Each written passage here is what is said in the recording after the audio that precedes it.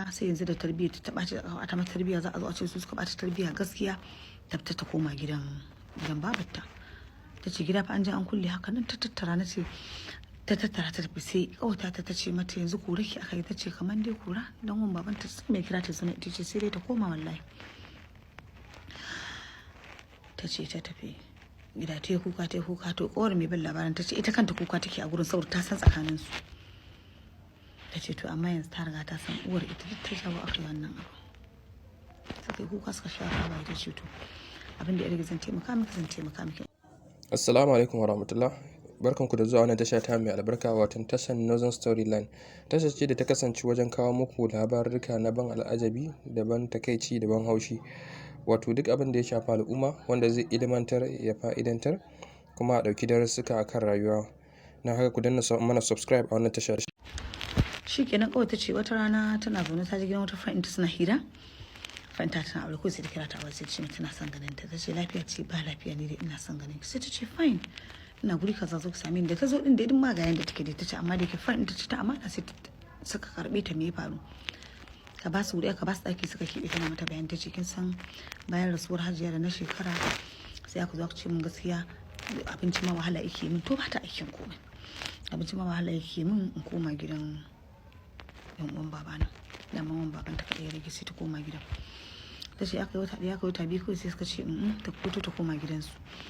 Aka ce me suka ce ai sanda suka so su karbe ta wata ta hana. Da fatan kun shirya tsaf don ci gaba da jin wannan labari mai matuƙar ban al'ajabi.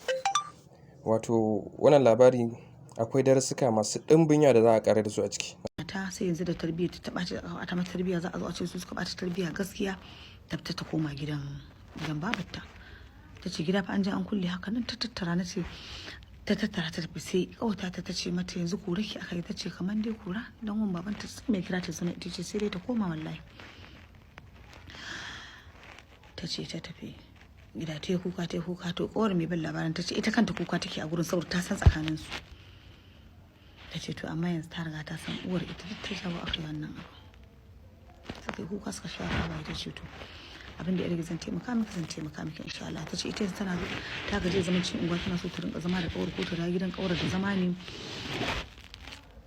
saboda ta yi in kawai za ta je ko samina ko aiki ko waye su rinka zuwa tare. Sai ta ce aikin ga aiki ba a masa ka dauke ka office ka dauki wani ba a haka amma dai gidana zan yi kokari a gyara miki waye ki dawo.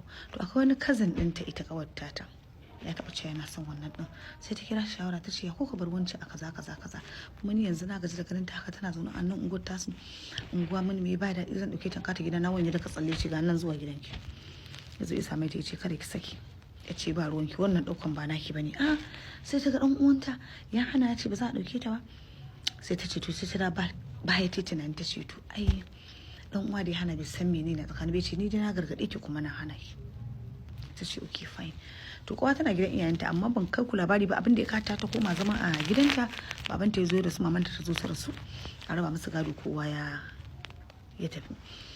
Ta ce a wannan sanda take taimaka mata da waye wallahi mamanta suka shiga suke taimakon wannan kawata ta mamanta ta rasu da aka yi 40 sannan ta zo mata gaisuwa kawata ta da suke taimakawa. Ta ce amma duk ta dauke kanta wani ya ce tana da kirki na take ba ruwan shi a cikin wannan hidimar ta waye. Ta ce to ta kyale ta ci gaba da ta taimakon ta haka dai irin in abe tashi in baki in waye. Ta ce to an riga an gaba mata da rayuwa. Ta ce wata ran ta je tana Abuja ta je aiki ko sai aka kira ta waya aka ce ai ta zo kawarta ta bata da lafiya sosai. Ta zo ta ce lafiya sosai ne jikin ta ce ai ko tun da aka kira ni ba ta kira na ba jiki sosai ne. Sai ta ce to ga nan gobe da man zan dawo in na zan zo. Kar ku sake a bako labari ba tare da kun ga ci gaban wannan labarin namu ba. Ina mai matukar tabbatar muku cewa idan kuka sake ku kalle ci gaban labarin nan za ku sha matukar mamaki yadda za a karkare a ƙarshen abin.